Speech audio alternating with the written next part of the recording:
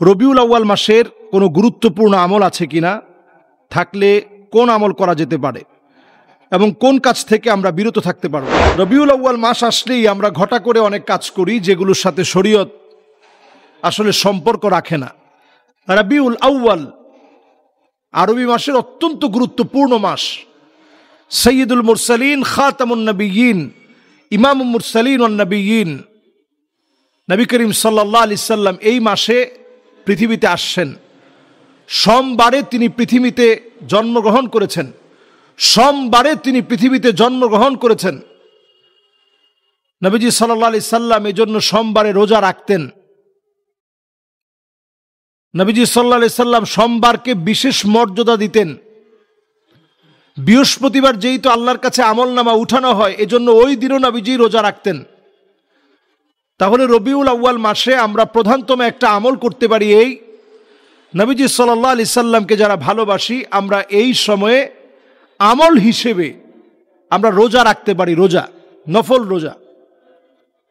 রবিউল আউয়াল মাস আসলেই ঘটা করে বিভিন্ন আয়োজন, এই আয়োজনের চাইতে নবীজি সাল্লাল্লাহু আলাইহি সাল্লামের জীবনী জানা, সোমবারে নফল রোজার প্রতি আগ্রহ বৃদ্ধিকরণ, নবীজি সাল্লাল্লাহু আলাইহি সাল্লামের সুন্নাহ মানার প্রতি আগ্রহ বৃদ্ধিকরণ, এগুলোই আমাদের জন্য নবীজি সাল্লাল্লাহু আলাইহি সাল্লামের রেখে যাওয়া আমল।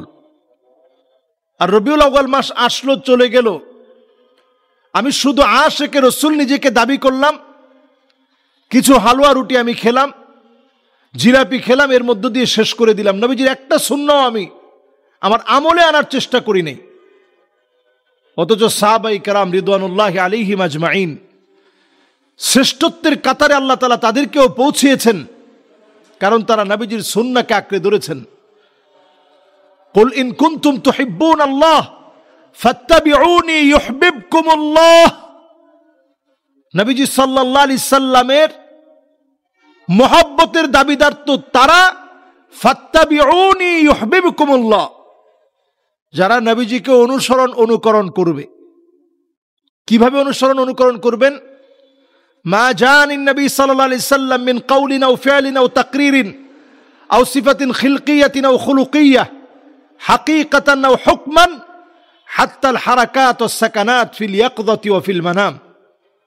প্রিয় ভাইয়েরা, খেয়াল রাখতে হবে আমার কথা, আমার বার্তা, আমার চলা, আমার ফেরা, আমার খাওয়া দাওয়া, এমনকি ঘুম পর্যন্ত নবীজি সাল্লাল্লাহু আলাইহি সাল্লামের মতো হচ্ছে কিনা। আমরা যেভাবে ঘুমাই, রাসূল কি এভাবে ঘুমাতেন? ডান দিকে ফিরে নবীজি হাতটাকে এইভাবে দিয়ে নবীজি ঘুমাতেন, এটা মিলিয়ে নেয়া। হাসলে নবীজি ঠোঁট দিয়ে মুস্কি হাসতেন, অট্ট হাসি কখনো তিনি হাসতেন না। তিনি মানুষের দিকে তীক্ষ্ণ নজরে তাকাতেন না। সুন্দর কিছু দেখলেই তিনি মাশা আল্লাহ, তাবারাকাল্লাহ বলতেন। ছোট ছোট বাচ্চাদেরকে তিনি দেখলেই দোয়া করে দিতেন, আল্লাহুম্মা ফাক্কিহু ফিদ্দীন ওয়া আল্লিমহু তা'উইল ওয়া হাব্বিব ইলাইহিন নাস। নবীজি দোয়া করে দিতেন, আল্লাহ তুমি তাকে দ্বীনের বুঝ দাও, জ্ঞান দাও, মানুষের প্রিয় পাত্র বানিয়ে দাও। নবীজি সাল্লাল্লাহু আলাইহি সাল্লাম দোয়া করে দিতেন, আল্লাহুম্মা আল্লিমহুল ইলমা ওয়াল হিকমা ওয়াল হিসাব, আল্লাহ তুমি তাকে ইলম দাও, জ্ঞান দাও, হিসাবের জ্ঞান দাও, ওয়াকিহিল আযাব, জাহান্নামের আগুন থেকে আল্লাহ তুমি তাকে মুক্তি দাও। যে নবী সাল্লাল্লাহু আলাইহি সাল্লাম পুরোটা জীবন জুড়ে আমাদেরকে দিয়ে গিয়েছেন, কিছু তিনি নেননি। ক্ষুধার যন্ত্রণায় কষ্ট পেয়েছেন, কষ্ট করেছেন, একদিনও আল্লাহর কাছে বলেনি যে আল্লাহ ক্ষুধার যন্ত্রণা আমি কেন কষ্ট করব। নবীজি যদি শুধু মুখে একটু বলতেন, লাউ আরাত্তু, হাদিসের মধ্যে আসছে, নবীজির মনের মধ্যে যদি জাগ্রত হতো, আয় আল্লাহ উহুদ পাহাড়টা যদি স্বর্ণ হয়ে যেত, যদি শুধু মনের মধ্যে আসতো, লাসার আল উহুদ যাহাবা, গোটা উহুদ পাহাড়টা নবীজির মনের ভিতরে আসলেই হতো, মুখে বলা লাগতো না, পুরা উহুদ পাহাড়টা স্বর্ণ হয়ে যেত। সুবহানাল্লাহ বিহামদি। সে নবীজি আমাদের জন্য এই কষ্ট করে গেলেন, আমাদের জন্য এই পরিশ্রম করে গেলেন, উম্মতের মায়ায় কান্ডারি হলেন। সেই নবীর উম্মত হিসেবে আল্লাহ রাব্বুল আলামিন আমাদের যাদেরকে কবুল করেছেন, আমরা সোমবারে রোজা রাখার চেষ্টা করব। এটা শুধু রবিউল আউয়াল না, বরং নবীজি সাল্লাল্লাহু আলাইহি সাল্লামের উম্মতের শ্রেষ্ঠতম আমল হচ্ছে এই রবিউল আউয়াল সহ সোমবারে রোজা রাখা, সোমবারে নফল রোজা রাখা।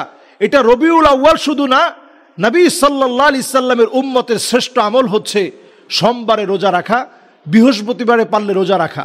আমরা এই দুইটা আমল ইনশাআল্লাহ এই রবিউল আউয়াল থেকে আমরা শুরু করব।